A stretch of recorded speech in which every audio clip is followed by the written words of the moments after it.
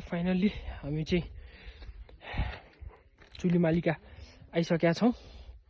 After 4.5 आवरको ट्राभलमा अलिकति time लाग्यो आइपुग्नलाई।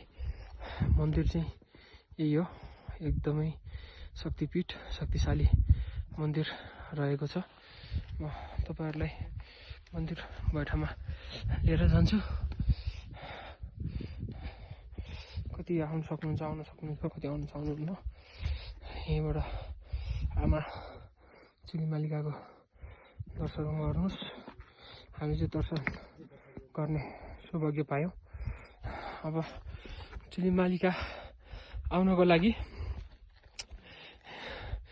यो भनेको खाडचक्र नगरपालिका वार्ड नम्बर 9 पाखा भन्ने ठाउँबाट हामी आयौँ भने त्यस्तै गरी यता खाडचक्रबाट पनि आउने बाटो छ। यो चाहिँ एकदमै ठाडो भिरालो बाटो, भिरको बाटो, चट्टान भएको बाटो चाहिँ एकदमै अप्ठ्यारो छ। तपाईहरुलाई देख्न सक्नुहुन्छ अगाडि हाम्रो कालिका देवीको मन्दिर पनि यहाँबाट मानवको देख्न सकिन्छ। त्यस्तै गरी पारिपट्टि राजकोट, त्यसको दाहिने साइडमा पाचा झरना र त्यसको अपोजिट साइडमा रहेको पलता गाउँपालिका पनि यहाँबाट देख्न सकिन्छ।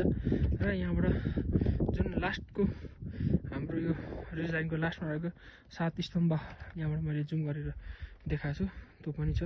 त्यस्तै गरी यो मन्दिरको वरिपरिबाट म स्तम्भहरूको